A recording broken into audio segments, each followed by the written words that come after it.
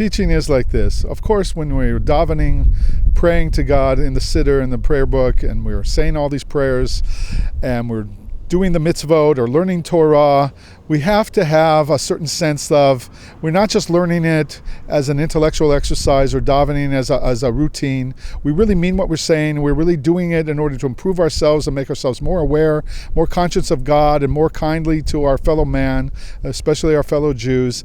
And so therefore, it is hypocrisy if somebody says these words in prayer or studying Torah and then goes out and does the opposite. He steals in business or he just doesn't treat people well. Of course, there's a certain level of hypocrisy there, but it's more than that, as Rabbi Kahana has taught us.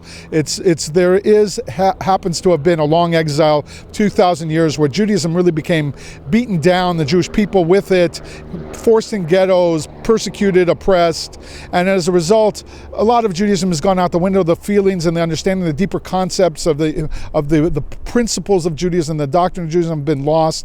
Judaism was basically for 2,000 years reduced to a kitchen, bedroom, and synagogue religion, and as a result, they don't know. People coming out even today, hundreds of years after the end of the forced ghettoization of the Jewish people in the Enlightenment or whatever you're going to say in Europe, still Jews don't have haven't regained this lost sense of what Judaism is that Meir Kahana taught us. And basically what he said is that Jews say every day, for example, that these come with chariots and these come with horses, and we come with the name of God to fight our wars.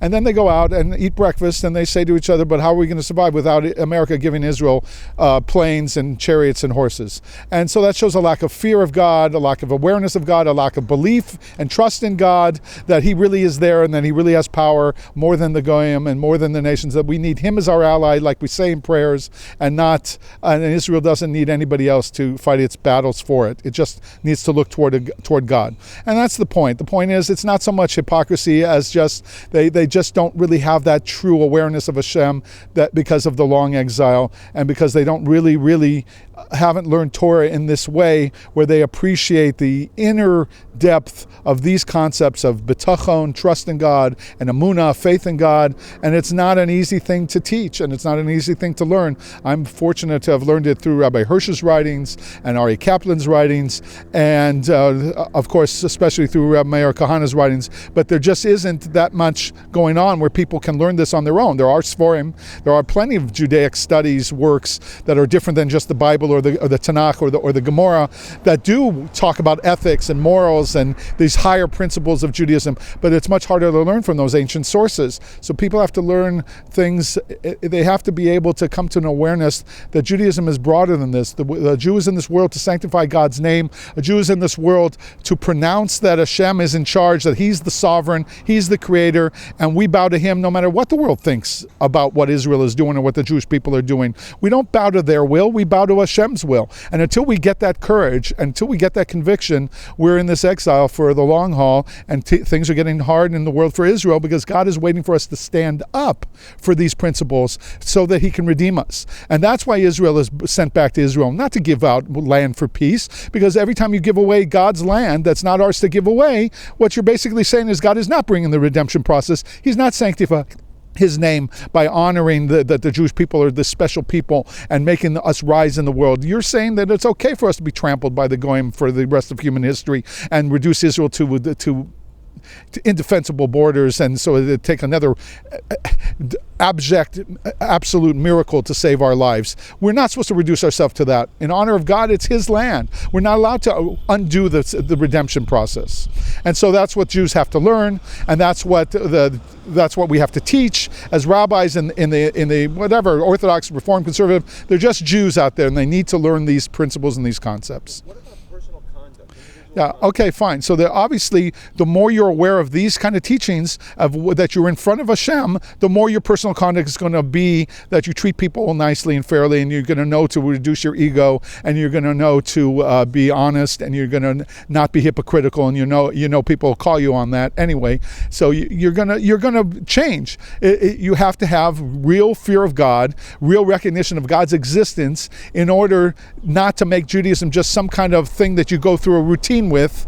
Ma'isa anashim umuludam, habitual things that people do that Meir Kahane used to call that these people that are practitioners of Jewish ritual. We have to be true Torah Jews, really religious, really showing the world that we really believe what we say and what we do and what we learn is what the commandments and the message of God for the world.